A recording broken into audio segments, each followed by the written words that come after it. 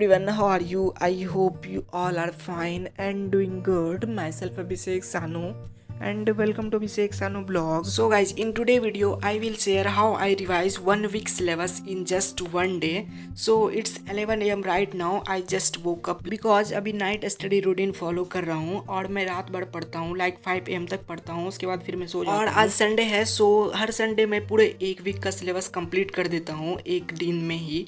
सो मैं बताता हूँ, फर्स्ट स्टेप आपको टू डू लिस्ट बनाना है, जो कि आपको एक नाइट पहले बनाना है।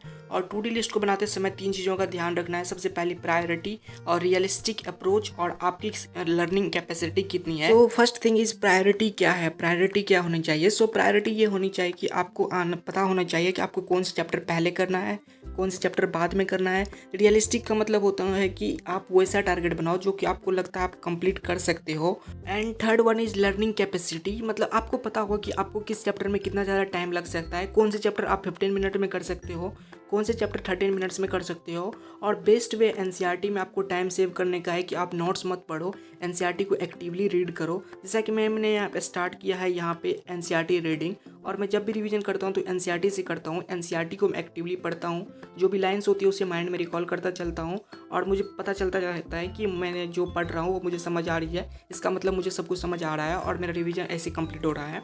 मैं अपने बारे में बात करूँ तो एक चैप्टर एनसीईआरटी के पढ़ने में अगर मैं फर्स्ट टाइम पढ़ रहा हूँ तो 1 आवर से 30 मिनट लग जाते हैं, 1 आवर 30 मिनट के आसपास।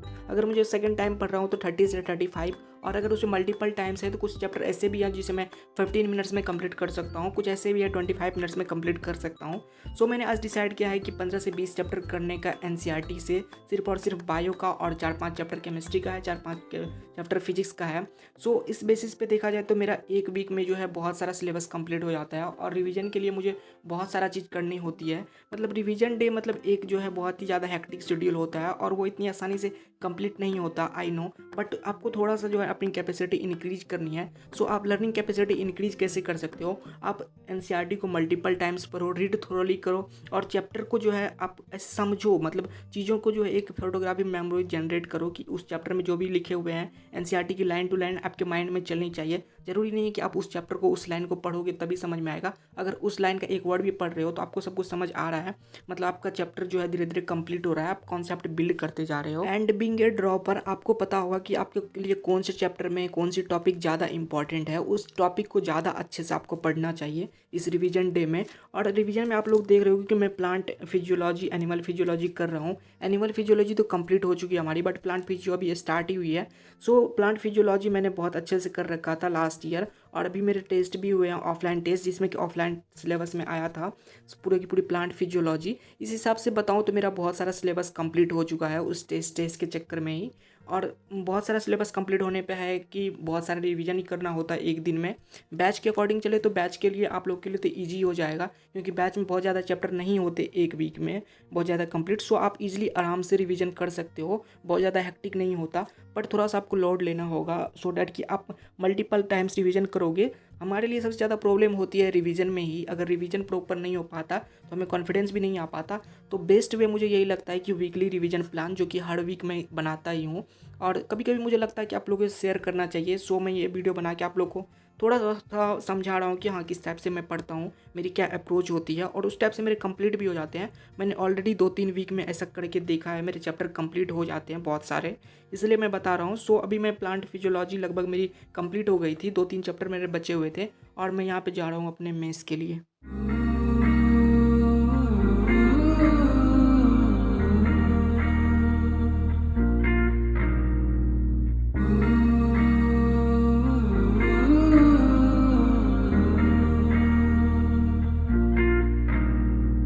आगे आगे चलूं मैं, पीछे मेरी जिंदगी थोड़ा सा।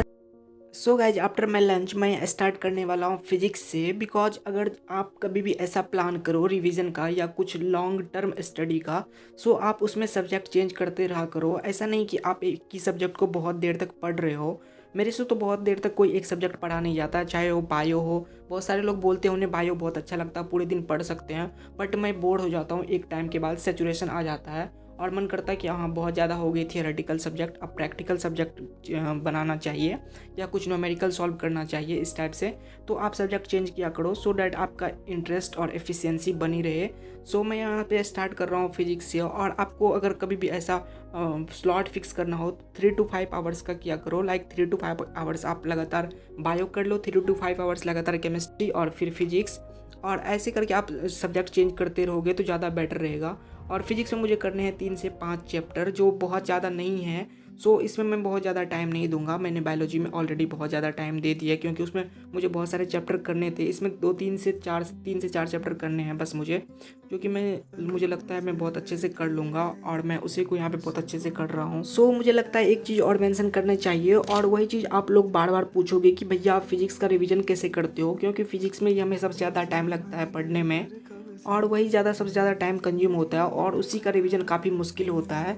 सो फिजिक्स के रिवीजन के लिए सबसे इम्पॉर्टेंट होता है कि आप सबसे पहले अच्छे से नोट्स कर लो। अगर क्लास के साथ चल रहे हो तो क्लास के साथ नोट्स करो सो डैट आपकी कॉन्सेप्ट अच्छे से बिल्ड हो। और अगर एक बार चैप्टर को आपने पढ़ लिया है, एक बार रिवाइज कर लिया है, सो सेकेंड रिवीजन के लिए आप उसके लिए जो है एक शॉर्ट नोट्स बना लो और शॉर्ट नोट्स से रिवाइज करो। और अगर आपको क्वेश्चन प्रैक्टिस करनी है तो आप खुद से क्वेश्चन प्रैक्टिस करो, चाहे वो मॉड्यूल से हो या डीपीपी से हो, कहीं से भी आप क्वेश्चन प्रैक्टिस कर सकते हो, पीवाईक्यू कर सकते हो। मैं अभी जो भी चैप्टर कर रहा हूँ इसका शॉर्ट नोट्स मैं नहीं बना पाया हूँ, इसलिए मैं शॉर्ट नोट्स से रिवाइज नहीं कर रहा हूँ, फुल लेंथ नोट से कर रहा हूँ। और कुछ मेरे पास फार्मूला बुक है, सो फार्मूला बुक के हेल्प से मैं फार्मूला रिकॉल कर लेता हूँ। मुझे तो बेस्ट लगता है कि खुद के शॉर्ट नोट्स बने हुए हो ना, उससे बहुत जल्द फिजिक्स में रिकॉल हो जाता है, कॉन्सेप्ट बिल्ड हो जाती है। न्यूमेरिकल करना और रिवीजन करना दो अलग चीज़ें हैं। न्यूमेरिकल में आपको आ जाती है अप्लीकेशन सारी कि आप अप्लाई कर रहे हो फार्मूला को। पहले सबसे है कि आपको फार्मूला आनी चाहिए, सो उसके लिए कि आपको शॉर्ट नोट्स बना लो और शॉर्ट नोट्स से रिवाइज करो।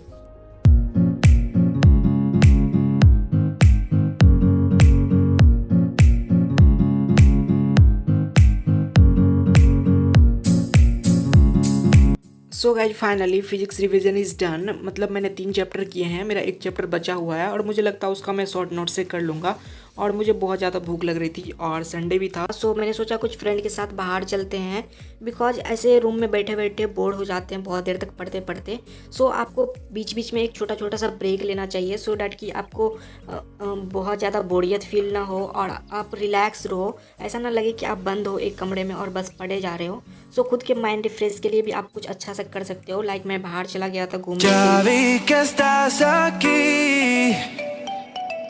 Tan cerquita de mí y me hacía falta porque la última vez que vine tú no estabas, baby.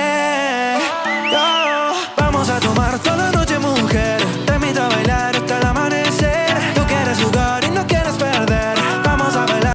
सो आफ्टर सम हैंग आउट मैंने स्टार्ट किया था बायोलॉजी फिर से करना, क्योंकि कुछ चैप्टर बच गए थे, उसका मैंने कर लिया।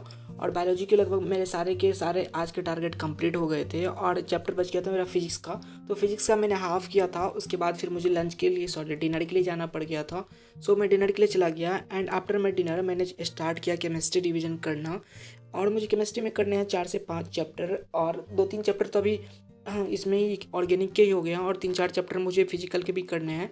सो मोटा मोटी मुझे बहुत ज़्यादा रिवीजन करना है और मुझे लगता है बहुत ज़्यादा टाइम भी लग जाएगा मुझे ये सब करने में। बोलने में आसान लगता है कि हाँ 3 चैप्टर हैं 4 चैप्टर हैं, बट उसे करने बैठोगे और अच्छी से डिटेल में उसे करोगे कुछ ज़्यादा टाइम लग ही जाता है। और सबसे बेस्ट वे है ऑर्गेनिक केमिस्ट्री को रिवीजन करने का कि उसका आप शॉर्ट नोट्स बना लो, लाइक IUPAC का जो आप शॉर्ट नोट्स बनाओगे तो उसमें सारे रूल्स लिख लो।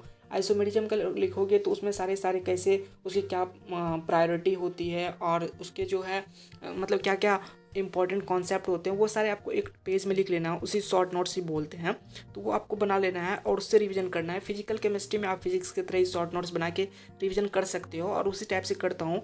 मुझे कुछ चैप्टर वीक हो जाते हैं, सो उसका मैं क्वेश्चन प्रैक्टिस भी स्टार्ट कर देता हूँ जिस दिन रिवीजन होता है, सो डैट कि मेरा उसके साथ साथ रिवीजन के साथ साथ मेरा क्वेश्चन प्रैक्टिस भी बहुत अच्छे से हो जाए। सो इस वीडियो में इतना ही, वीडियो ऑलरेडी बहुत ज़्यादा लंबी हो गई है। सो मिलते हैं एक नेक्स्ट वीडियो में, तब तक के लिए पढ़ाई करते रहे, अपना ख्याल रखें। और मैंने ऑलमोस्ट सभी चीज़ें बताई है जो चीज़ें मैं फॉलो करता हूँ, और एक चीज़ जो आपके अंदर होनी चाहिए वो है डेडिकेशन। और थोड़ी सी आप मोटिवेट रहा करो, सेल्फ मोटिवेटेड रहा करो और खुद से ही टारगेट बनाओ और आपके लिए जो टारगेट बेस्ट सूट करे उसे आप बहुत अच्छे से फॉलो करो। So see you in the next video, till then take care, पढ़ाई करते रहे, ओके बाय। राह के किनारे पे